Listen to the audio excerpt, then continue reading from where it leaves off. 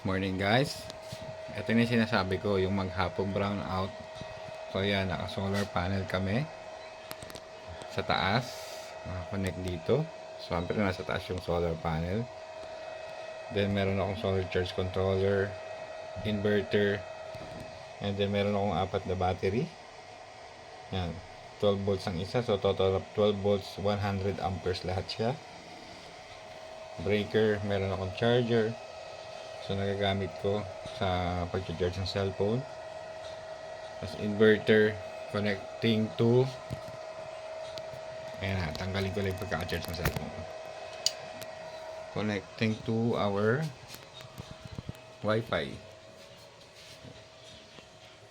Medyo magulo lang yung setup kasi nga pang emergency.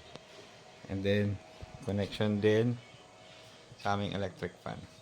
So ayan. Meron siyang ilaw.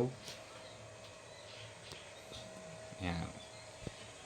So yan yung pakinabang ng solar pag brown out. So maghapong brown out ngayon, mapapakinabangan ito maghapon. Ciao ciao.